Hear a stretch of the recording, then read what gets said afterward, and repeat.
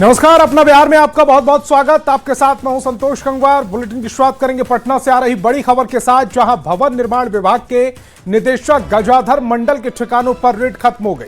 SBU की team आरोपी गजाधर मंडल को अपने साथ एसयूबी कार्यालय ले गई। गजाधर मंडल पूछताछ में सहयोग नहीं कर रहे थे। इसके बाद टीम उनको साथ ले गई। पटना और भागलपुर में रेड के दौरान गजाधर मंडल की अकूत संपत्ति का खुलासा हुआ। पत्नी और दूसरे सदस्य के नाम से अर्जित जमीन के 16 डीड बरामद किए, जिसकी कीमत 3,41,81,000 बताई जा रही है।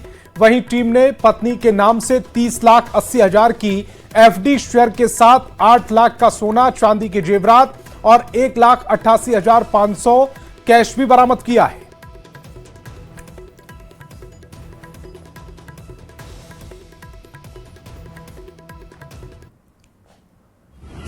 जारी है, पूछताछ करने के लिए ले जा रहे हैं इनको, क्योंकि अभी कॉपरेट नहीं कर रहे हैं। अभी तक क्या क्या जब्त किए गए हैं? अभी कुछ कागजात जब्त हुए हैं यहाँ। किस चीज के कागजात हैं? जमीन संबंधी नहीं, ये वेतन संबंधी और कुछ कागजात हैं। ज्वेलरी बताया जाएगा। ज्वेलरी का यहाँ नहीं मिला है। भागलपुर से अभी सूचना भी नहीं मिली है, वहाँ पे आने के बाद ही आपको। कैश कितना रिकवरी हुआ है? यहाँ कैश रिकवरी। और भागलपुर में भी गजाधर मंडल की अकूत संपत्ति का खुलासा हुआ है। भागलपुर के 2 ठिकानों पर तकरीबन 10 घंटे तक चली विशेष निगरानी विभाग की छापेमारी खत्म हो गई। निगरानी विभाग की टीम को 8 लाख के आभूषण, 2 लाख कैश, एक फ्लैट और 16 अलग अलग जगहों पर भूखंड के बारे में पता चला। साथ ही पैतृक गांव पीर पैंती में भी 11 घंटे तक चली छापेमारी के दौरान कई महत्वपूर्ण दस्तावेज मिले, जिसे निगरानी विभाग अपने साथ पटना लेकर गई है। करीब 8 लाख का गहना जो बरामद हुआ है और करीब नगद में 2 लाख रुपए और विभिन्न तरह के कागजात मिले हैं। जमीन के कागजात, इनके बारे में जो सूचना है और जो ऑनलाइन से बहुत स्रोतों से पता चला है कि कई जगह इनका प्लॉट है।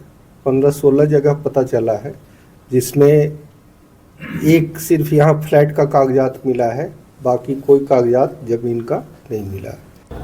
भवन निर्माण विभाग के निदेशक गजाधर मंडल के भागलपुर के 2 ठिकानों पर तकरीबन 10 घंटे तक चली विशेष निगरानी विभाग की छापेमारी खत्म हो गई है। 2 लाख रुपए कैश के साथ एक अपार्टमेंट के भी कागजात मिले हैं। छापेमारी की जा रही थी। शहर के जो गंगोत्री अपार्टमेंट है, इसके फ्लैट संख्या 305 पर छापेमारी के दौरान ये सारे कागजात और आभूषण के साथ कैश मिले हैं। और पीरपैती में जो उनका पैतृक आवास है, वहां से भी कई महत्वपूर्ण दस्तावेज विशेष निगरानी विभाग की टीम को हाथ लगे हैं। विकास कुमार सिंह, न्यूज़ 18, भागलपुर। और राजधानी पटना में लव जिहाद का सनसनीखेज मामला सामने आया और मोहम्मद रुस्तम ने सोनू बनकर हिंदू युवती के साथ लव जिहाद की साजिश रची। मोहम्मद रुस्तम ने अपना नाम बदलकर हिंदू युवती के साथ लव जिहाद की साजिश रची। शादीशुदा युवा का रुस्तम ने सोशल मीडिया पर फर्जी आईडी बनाकर फिर हिंदू युवती को प्रेम जाल में फंसाया। रुस्तम ने युवती को शादी का झांसा देकर यौन शोषण किया और निजी वीडियो बनाकर उसे वायरल भी कर दिया। रुस्तम की लव जिहाद की साजिश का खुलासा होने के बाद युवती ने जक्कनपुर थाने में मामला दर्ज कराया। पुलिस ने तत्काल एक्शन लेते हुए मुजफ्फरपुर के साहिबगंज के रहने वाले रुस्तम कुमार को गिरफ्तार कर लिया। जिनका नाम मोहम्मद रुस्तम है, ये साहिबगंज मुजफ्फरपुर के रहने वाले हैं। ये अपना पहचान छुपा करके, मोहम्मद रुस्तम पूर्व से ही शादीशुदा है, 3 बच्चे हैं, बट ये अपना शादी का और अपना अन्य पहचान छुपा करके एक स्टूडेंट सोनू नाम से जो है इनसे सोशल मीडिया पे इनसे जान पहचान बढ़ाई और शादी का झांसा देकर के इनके साथ शारीरिक संबंध बनाए और फिर इनका फोटो और वीडियो वायरल करने को इनको धमकी दे करके इनको कलकत्ता अपने पास बुलाने लगे। पहचान छुपाने का, शारीरिक संबंध बनाने का दर्ज किया गया है। मोहम्मद रुस्तम को विधिवत गिरफ्तार किया गया है और उन्हें कोर्ट फॉरवर्ड किया गया। लड़की किस धर्म की थी? दोनों का रिलीजन जो है वो डिफरेंट है और जो भी इसमें उचित सेक्शन है वो लगा दिया गया है। और गोपालगंज से बड़ी खबर मिल रही, बेखौफ अपराधियों ने गन्ना किसान को गोली मार दी है। घटना मांझा थाना क्षेत्र के भोजपुरवा गांव के पास NH-27 की है। जख्मी किसान को इलाज के लिए सदर अस्पताल में भर्ती कराया गया, जहां से डॉक्टर ने उसे बेहतर इलाज के लिए गोरखपुर मेडिकल कॉलेज रेफर कर दिया। घायल किसान की पहचान पीयूष सिंह के रूप में हुई। हमला क्यों किया गया, इसका अभी तक पता नहीं चल पाया है। कुमार सिंह नाम था और आया था मिल में से जा रहा था, टाली खाली हुआ, उसके घर जा रहा था, भोजपुरवा मोड़ पर उनको गोली मारा गया। पता नहीं चल पाया क्या वजह नहीं, थी? पता नहीं चला। जानकारी नहीं है। अब मैनेजर साहब बोले हैं कि आ रहा है सरकारी एम्बुलेंस, आप लेके जल्दी निकल जाइए। प्राइवेट एम्बुलेंस ले जाना पड़ रहा है। प्राइवेट है। हुआ था पेशेंट को, वही लगी थी, गोली लगी थी। और पूर्णिया पुलिस ने साइबर क्राइम के बड़े रैकेट का खुलासा किया। साइबर अपराधी राकेश ने महज 1 साल में क्रिप्टो करेंसी के रूप में करीब 2 लाख अमेरिकन डॉलर कमाए। श्रीनगर गांव में STF, EOU और साइबर पुलिस की छापेमारी में राकेश मंडल, उनके भाई हरीश चंद्र मंडल और पिता दीपक मंडल को हिरासत में लेकर पूछताछ की गई है। पूछताछ में खुलासा हुआ कि राकेश ने मोतिहारी के रहने वाले अपने सहयोगी रोहन और रौनक की मदद से ऐसा साइट बनाया जिसमें मोबाइल नंबर डालने से किसी का पूरा निजी डिटेल्स सामने आ जाता था। वह लोगों के इस डेटा को इंस्टाग्राम, टेलीग्राम पर डाल देता था, जहां से क्रिप्टो करेंसी के रूप में लेन देन होता था। राकेश 2024 से ऑनलाइन प्रतिबंधित गेम तिरंगा कसिनो गेम चलाता था। इतना ही नहीं, राकेश मंडल KULKFI के नाम से साइबर ठगी के लिए क्रिप्टो एक्सचेंज ऐप बना रहा था। पुलिस ने तीनों पर FIR दर्ज की है। राकेश मंडल को गिरफ्तार कर जेल भेज दिया गया। वहीं रोहन और रौनक की तलाश जारी है। पुलिस का कहना है कि अनुसंधान के बाद खुलासा होगा कि किन किन देशों से इनका लिंक था और कहां-कहां इन्होंने लोगों का पर्सनल डेटा बेचा था। थाना पर पूछताछ के क्रम में ये पता चला कि जो राकेश लड़का है वो 2024 से ही अपने टेलीग्राम चैनल पे विभिन्न जो गेमिंग ऐप है उसको प्रमोट करता था, जिसमें एक ऐप है तिरंगा ऐप है, जो कि बाद में उसको प्रतिबंधित भी इंडिया में कर दिया गया था, एवं अन्य ऐप को वो प्रमोट करता था। उससे जो आय आती थी वो क्रिप्टो करेंसी में उसके पास आती थी, जिसे वह अपने एक दोस्त है रौनक से खाता एवं उसके मोबाइल नंबर का सिम का उपयोग करके वो ATM से पैसा निकालता था। उससे निजी डाटा जो मोबाइल का है वो DDC ग्रुप से खरीद कर एक वेबसाइट बनाया proxyearth.org। इसमें उसके साथ साथ रौनक की भी सहभागिता सामने आई है और रोहन की भी।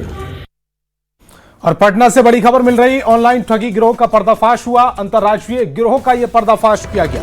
पुलिस ने 4 आरोपियों को गिरफ्तार किया। 2 आरोपी कर्नाटक के रहने वाले थे। किराए के मकान में ठगी का धंधा चला रहे थे। झांसा देकर ऑनलाइन फ्रॉड मौके से 13 मोबाइल फोन बरामद किए गए। शिवनगर जकरियापुर में यह छापेमारी की गई, जहां यह बड़ा खुलासा हुआ है। जकियारपुर में एक भाड़े के मकान में रहकर अपना साइबर फ्रॉड का धंधा चला रहे थे। ये जो उद्भेदन हुआ है इसको लीड कर रहे थे वहाँ के SHO राजीव कुमार, और ये जो 4 अभियुक्त गिरफ्तार हुए हैं उसमें से पहला है चिंटू कुमार जो नालंदा जिला के रहने वाला है। दूसरे अभियुक्त का नाम रॉबिन है और ये बैंगलोर कर्नाटका का रहने वाला है। और जहानाबाद से बड़ी खबर मिल रही है, जहां विष्णुगंज थाना क्षेत्र में एक मूक बधिर लड़की के साथ गांव के ही 2 लड़कों ने दुष्कर्म की घटना को अंजाम दिया। लड़की के रोने और चिल्लाने की आवाज सुनकर परिजन पहुंचे और दोनों भाग गए। परिजनों ने विष्णुगंज थाना पहुंचकर मामले की रिपोर्ट दर्ज कराई। रिपोर्ट दर्ज होने के बाद पुलिस ने कार्रवाई करते हुए आरोपी को गिरफ्तार कर लिया। दूसरा आरोपी गांव छोड़कर फरार हो गया।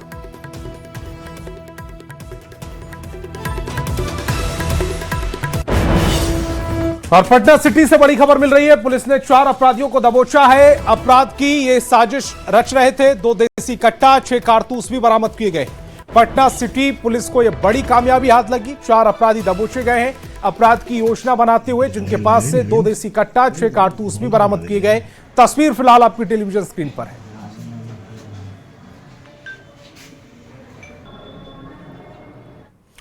और रोहतास से बड़ी खबर मिल रही, डेहरी में 92 किलो गांजा जब्त किया गया है। मौके से 5 तस्कर गिरफ्तार किए गए। कार और ट्रैक्टर से गांजा जब्त कर लिया गया है। रोहतास में यह बड़ी कामयाबी।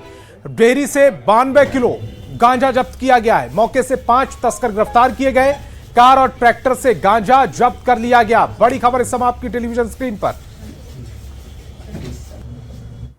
गाड़ी में लगभग 6 किग्रा गांजा एवं ट्रैक्टर के डाला के नीचे लगभग 86 किलोग्राम गांजा था और दोनों मिला के कुल 92.67 किलोग्राम गांजा बरामद किया गया है। गांजा तस्करी के आरोप में कुल 5 व्यक्तियों को भी अरेस्ट किया गया है। और दरभंगा नगर निगम की जमीन से कब्जा हटाने के लिए प्रशासन ने बुलडोजर एक्शन किया। एसडीएम के नेतृत्व में प्रशासनिक टीम ने अंबेडकर नगर में अतिक्रमण हटाओ अभियान चलाया। टीम ने जुबेर और यास्मीन के बने पक्के मकान को तोड़ दिया। बुलडोजर चलते देख स्थानीय लोगों की भीड़ इकट्ठा हुई। विरोध के बावजूद प्रशासन ने कार्रवाई जारी रखी। अधिकारियों के मुताबिक जमीन नगर निगम की है। हाँ, कम से कम 150 साल पुराना मकान था। जब मकान था, जब अतिक्रमित था, अतिक्रमण करके जब मकान बनाया था तो 150 साल से आप कहाँ थे? पहली बात। दूसरी बात ये है कि ये जमीन बिकने के बाद अभी भी इसका एक दीवार पूर्ण रूप से अभी है, कंप्लीट है, तैयार है, वहाँ रखा हुआ जो तोड़ा जा रहा है, जो कि ये भी गलत है। नगर निगम में नगर आयुक्त के आदेश जिला प्रशासन के तहत ही कार्रवाई की जा रही है। वार्ड 21 का मामला है अम्बेडकर नगर। क्या कार्रवाई हो रहा है कि इसमें अतिक्रमण मुक्त कराया जा रहा है। और सीतामढ़ी से बड़ी खबर मिल रही है। रेड लाइट इलाके में छापेमारी की गई है। 4 नाबालिग लड़की को मुक्त कराया गया है। 2 महिला गिरफ्तार हुई हैं। कई सामान बरामद किए गए। एसपी के निर्देश के बाद ये बड़ी कार्रवाई सीतामढ़ी में रेड लाइट इलाके में ये छापेमारी की गई। 4 नाबालिग लड़की मुक्त करा दी गई हैं। 2 महिला गिरफ्तार हुई हैं। कई सामान बरामद हुए हैं। एसपी के निर्देश पर यह बड़ी कार्रवाई। खबर अरवल से, जहां तेलपा बाजार में सूर्या गैंग के सदस्यों ने रंगदारी की मांग को लेकर मारपीट की। 6 से ज्यादा बदमाशों ने हथियार के बल पर कई व्यवसायियों के साथ मारपीट की है, जिसमें 2 कारोबारी गंभीर रूप से घायल हो गए। दोनों को इलाज के लिए करपी अस्पताल में भर्ती कराया। पीड़ितों का आरोप है कि 3 दिन पहले ही रंगदारी की मांग को लेकर तेलपा थाने में शिकायत दर्ज कराई गई थी, लेकिन पुलिस ने कोई कार्रवाई नहीं की। घटना के विरोध में व्यवसायियों ने बाजार बंद करने का फैसला लिया है। और दिल्ली में आरएलएम के राष्ट्रीय अध्यक्ष उपेंद्र कुशवाहा की मौजूदगी में कई नेताओं ने पार्टी का दामन थामा। एलजेपी रामविलास के वरिष्ठ उपाध्यक्ष और मुख्य प्रवक्ता रहे AK वाजपेयी आरएलएम में शामिल हुए। इसके अलावा आरएलएम के कई और नेता एलजेपी रामविलास के कई और नेता आरएलएम में शामिल हो गए हैं। दिल्ली में कॉन्स्टिट्यूशन क्लब में उपेंद्र कुशवाहा ने सभी को अपनी पार्टी की सदस्यता दिलाई। उपेंद्र कुशवाहा ने पार्टी में सबका स्वागत किया और कहा कि इन सभी के आने से पार्टी को फायदा होगा। नेता साथियों को वाजपेयी जी सहित और जो दूसरे नेता साथी हैं अलग अलग दल से आज हमारी पार्टी की सदस्यता ग्रहण कर रहे हैं, इनको बहुत बहुत बधाई देते हैं और पार्टी में इनका बहुत बहुत स्वागत करते हैं। अभी इनकी इस क्षमता का लाभ हमारी पार्टी राष्ट्रीय लोक मोर्चा को विशेष रूप से मिलेगा। पहले भी मिलता रहा है क्योंकि एनडीए गठबंधन की ओर से ही इनकी वकालत हमेशा रही है, तो उस रूप में मिलता रहा है। लेकिन अब राष्ट्रीय लोक मोर्चा के एक नेता के रूप में इनकी पहचान आज से हो रही है। और मधुबनी के जीवक्ष घाट रीजनल सेकेंडरी स्कूल के प्रांगण में मिथिला कला उत्सव 2025 का आयोजन किया गया। संस्कार भारती उत्तर बिहार प्रांत के मिथिला कला उत्सव का आयोजन कराया। ये उत्सव मिथिला की समृद्ध कला, संस्कृति और लोक परंपराओं के संरक्षण एवं संवर्धन को समर्पित रहा। कार्यक्रम का उद्घाटन अखिल भारतीय मंत्री संजय चौधरी, प्रसिद्ध लोक गायिका रंजना झा, रोसड़ा के सब रजिस्ट्रार डॉक्टर भास्कर ज्योति और विद्यालय के प्राचार्य मनोज कुमार झा ने किया है। उद्घाटन के बाद शंखनाद और मंगलाचरण और जय जय भैरवी असुर भया ओनी की वांसुरी वंदना प्रस्तुत की गई। पूर्णिया इकाई की टीम ने संस्कार भारती का ध्येय गीत प्रस्तुत किया। इस मौके पर राष्ट्रीय स्वयंसेवक संघ के सरसंघ चालक डॉक्टर मोहन भागवत के रिकॉर्डेड संबोधन का भी प्रसारण हुआ। कार्यक्रम के दौरान युगल गायन, वंदे मातरम पर नृत्य समेत अनेक सांस्कृतिक प्रस्तुतियां हुई। समारोह में बड़ी संख्या में कला प्रेमी, बुद्धिजीवी, छात्र छात्राएं और स्थानीय नागरिक उपस्थित रहे।